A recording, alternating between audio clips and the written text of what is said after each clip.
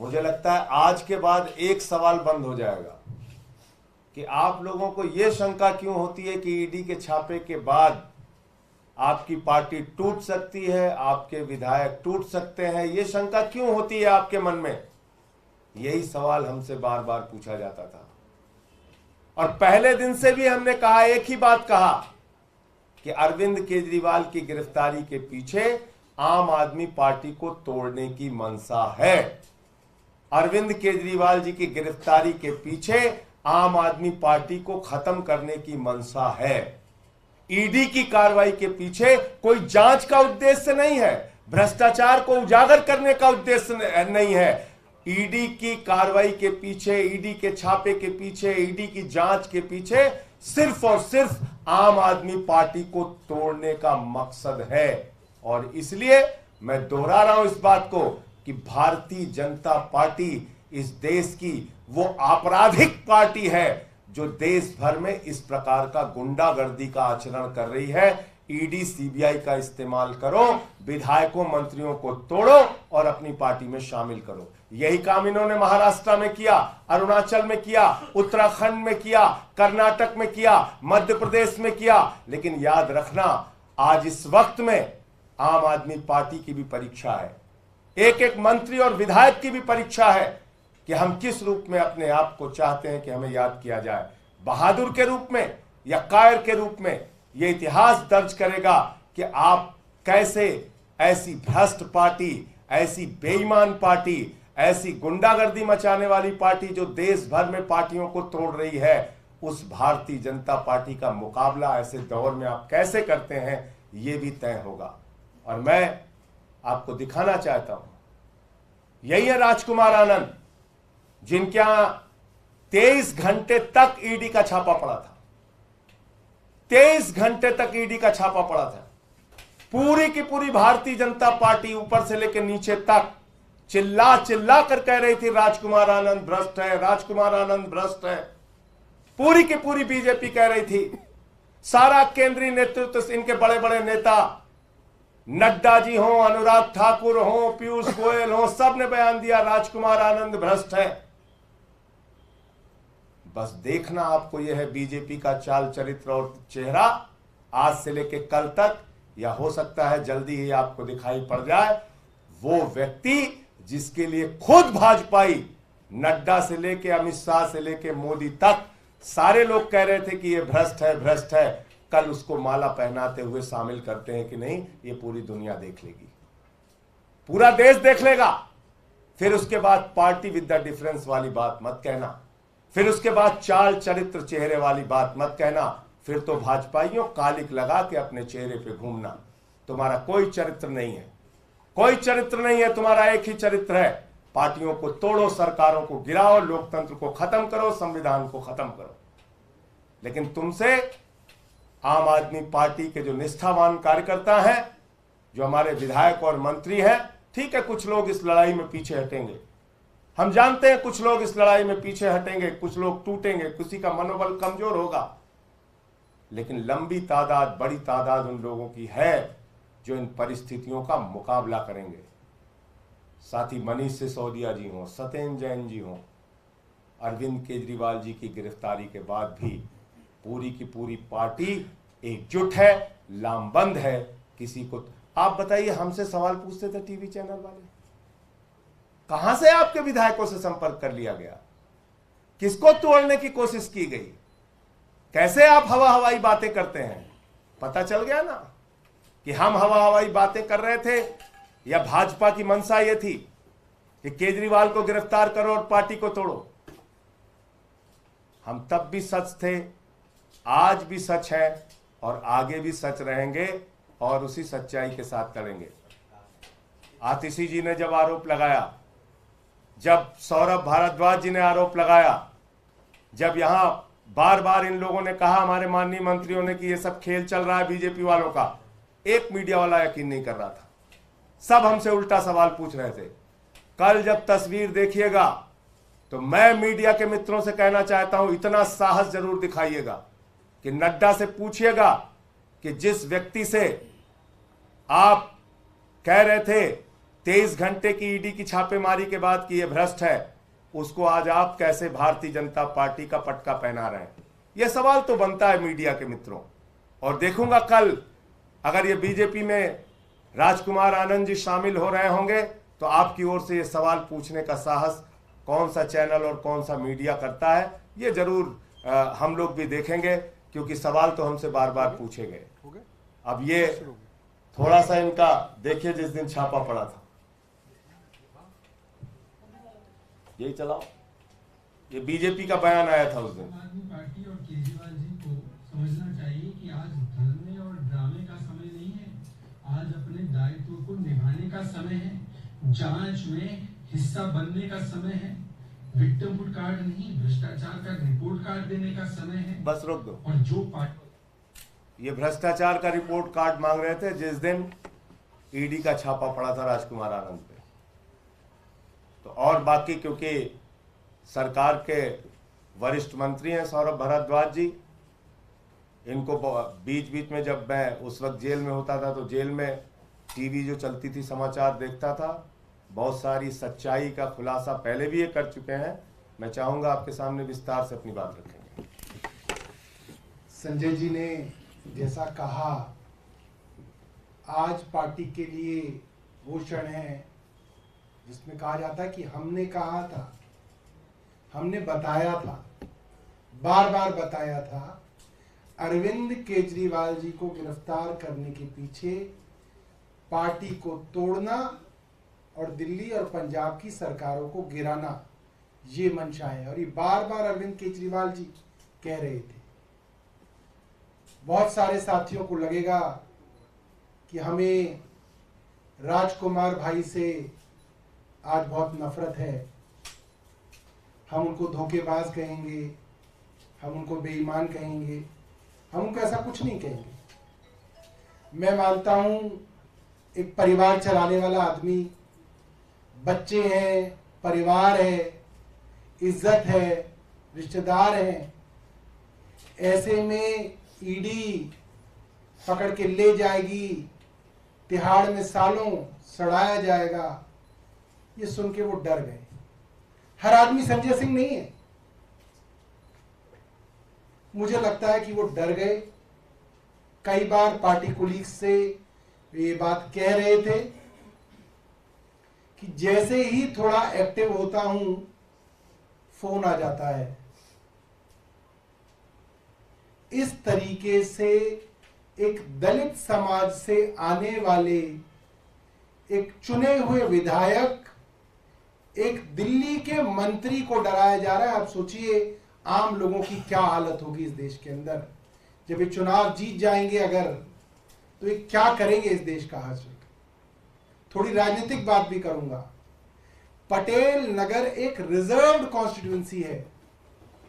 ये बात राजकुमार आनंद जानते हैं कि रिजर्व्ड कॉन्स्टिट्यूएंसी के अंदर वो भारतीय जनता पार्टी से लड़ेंगे, बुरी तरह से हारेंगे, तीसरे नंबर पे आएंगे। वे विधायक इसलिए जीते क्योंकि आम आदमी पार्टी की तरफ से लड़े हैं, बहुत साल कई पार्टियों में रहे हैं, उनको पता है क्या हाशिया होता है भारतीय जनता पार्टी का। इसके बावजूद उनसे रिजाइन कराया गया, पार्टी से रिजाइन किया, पद से रिजाइन किया, क्योंकि पार्टी से रिजाइन कर दिया तो वो विधायक भी नहीं रहे। कौन आदमी ऐसा करेगा?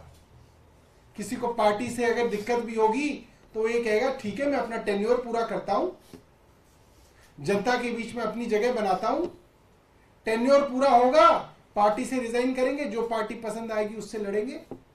ये तो सुसाइड है, ये तो आग में कूदना है। कोई आदमी क्यों सुसाइड कर रहा है? उस आदमी की क्या मजबूरियां बना दी गई? आप सोचिए कितना डराया जा रहा है। आज एक चुने हुए विधायक और एक मंत्री को आज इतना डरा दिया गया कि वो आज रेजिग्नेशन करने के लिए छोटे से किसी कमरे में छुप के प्रेस कॉन्फ्रेंस कर रहा है। आपने देखा ही होगा। मुझे लगता है कि शर्म आनी चाहिए आज भारतीय जनता पार्टी को कि आज उसने इस देश के प्रजातंत्र की वो हालत कर दी है जिस देश का संविधान बाबा साहब अंबेडकर ने लिखा कि इस देश में लोग आजादी से जिएंगे, आजादी से सवाल पूछेंगे, सरकार से सवाल पूछेंगे। उस देश की हालत आज ये कर दी है कि चुने हुए मंत्री जो हैं इस तरह से रिजाइन कर रहे हैं। बहुत शर्म की बात है। और मुझे लगता है भारतीय जनता पार्टी एक बार तो कामयाब हो गई। मैं अपने साथियों से कहना चाहूंगा, डरना नहीं है। आपके सामने संजय सिंह का उदाहरण है, झूठे मामलों में फंसाया गया, 6 महीने रहे जेल के अंदर, मगर देखिए बाहर आए और शेर की तरह दहाड़ रहे। संजय सिंह बनना है, मनीष सिसोदिया बनना है, अरविंद केजरीवाल बनना है, सत्येंद्र जैन बनना है, राजकुमार आनंद नहीं बनना। हमें उनसे पूरी सहानुभूति है, मगर पार्टी में राजकुमार आनंद के लिए सहानुभूति सिर्फ इसलिए कि वो डर गए, मगर हमें राजकुमार आनंद नहीं बनना, हमें संजय सिंह और अरविंद केजरीवाल बनना है। बहुत बहुत धन्यवाद। एक इसमें जानकारी और मिली है, चाहे आप लोग कंफर्म कर लीजिएगा, कि उनके आसपास के लोगों ने ये भी बताया कि संभवतः 12 अप्रैल का ईडी का नोटिस भी उनको मिला था। और आज तारीख कितनी है? 10 अप्रैल। 10 अप्रैल। अभी मंत्रिमंडल में कौन नया मंत्री होगा? आरोप लगा के कह रहे हैं कि अब जिस सपने के साथ वो आए थे बाबा साहब के सपने के साथ, वो आप लोगों ने पूरा नहीं तो किया। 23 घंटे की छापेमारी के बाद क्या बोला था उन्होंने, वो भी सुनाइए भाई, लाइए हम सुना देते हैं। दिल्ली के समाज कल्याण मंत्री राजकुमार आनंद हमारे साथ हैं, जिनके घर से ईडी की टीम 22-23 घंटे की छापेमारी के बाद निकली है।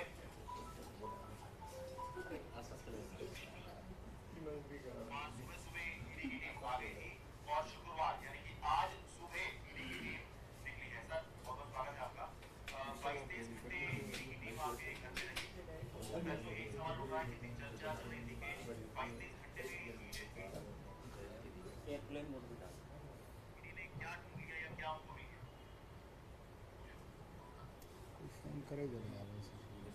इसका लाइव चला था। लाइव चला दे बैरल।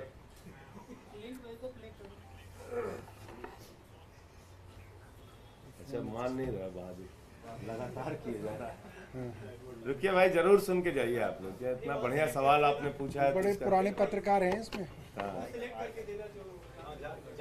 अच्छा सौरभ जी, एक टेक्निकल चीज फंसेगी। अभी पहले ये सवाल होने इतनी चीजें मत फंसाओ। इसका फंस रही है ना, इसलिए जो चिंता है उस पर चिंता करो। सही, इसको टच करो। सुबह ईडी की टीम आ गई थी और शुक्रवार यानी कि आज सुबह ईडी की टीम निकली है। सर बहुत बहुत स्वागत है आपका। 22-23 घंटे ईडी की टीम आपके घर पे रही।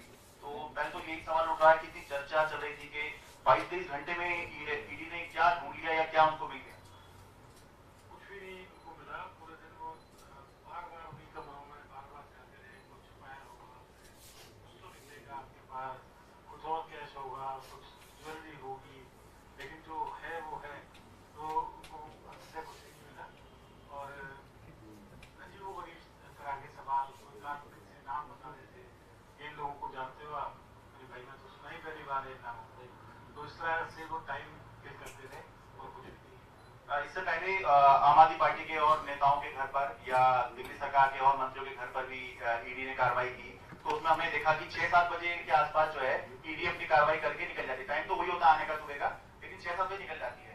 तो उसके बाद जब 6-7 बजे से रात हो गई तो चर्चा चलने लगी कहीं आप गिरफ्तार तो नहीं हो रहे हैं। तो आपको भी लग रहा था कि गिरफ्तारी आज हो सकती है? हमें भी यही लग रहा था कि 6 बजे तक ये निकल जाएगी। और जब उसको उतना लेट हो गए हमें भी एक बार लगा।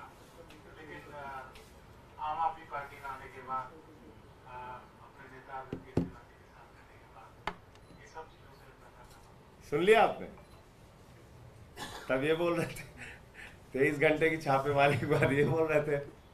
अब जो सौरभ ने कहा वो बात हो सकती है। और सर वो बेचारे एक स्क्रिप्ट दी हुई थी उनके हाथ में, आपने देखा होगा, एक पर्चा था, वो उस पे पर्चे पे देख देख के पढ़ रहे थे जो उनको कहा गया पढ़ने के लिए। आज की आपने प्रेस कॉन्फ्रेंस उनकी देखी होगी। आप कह रहे हैं बोल तो बीजेपी ज्वाइन कर लेंगे, बीजेपी माला पे 12 अप्रैल को बुलाया, बोल तो दिया।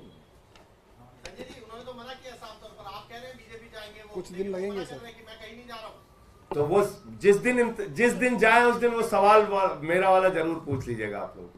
नड्डा जी जो भी शामिल कराएगा, चाल, चरित्र और चेहरा, इस पे, और पार्टी विद द डिफरेंस, इस पे सवाल न खाऊंगा न खाने दूंगा पे सवाल, ये सवाल जरूर पूछ लीजिएगा कि भाई इनके यहाँ तो 23 घंटे का छापा मारा, और जब छापा मारा तो मोदी जी भी बोले और नड्डा जी भी बोले और अनुराग ठाकुर भी बोले, और यहाँ के प्रदेश अध्यक्ष जी क्या नाम उनका, सचदेवा जी, वीरेंद्र सचदेवा जी भी बोले और तिवारी जी भी बोले, सब बोले।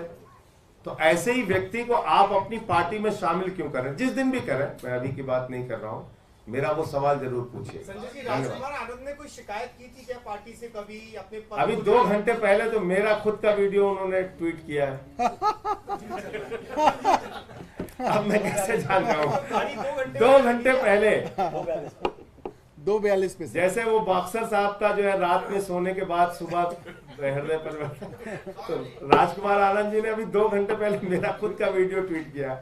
इसलिए जो सौरभ ने कहा कि सहानुभूति हो सकती है, परिवार है उनका, हो सकता है दबाव न झेल पाए हो, लेकिन ऐसे ही वक्त में बहादुरों की परीक्षा होती है, और आपके ऊपर जब संकट की घड़ी है तभी आपकी बहादुरी का परिचय होता है। तो अब आपको तय करना है कि किस तरह से देखें। बता रहे थे कि आपने अनरिजर्व सीट पर जो है एक दलित को टिकट दे दिया और खड़ा कर दिया लोकसभा चुनाव में, यहाँ तो आप ही ये कह रहे हैं कि दलितों को आप लोग सम्मान नहीं करते।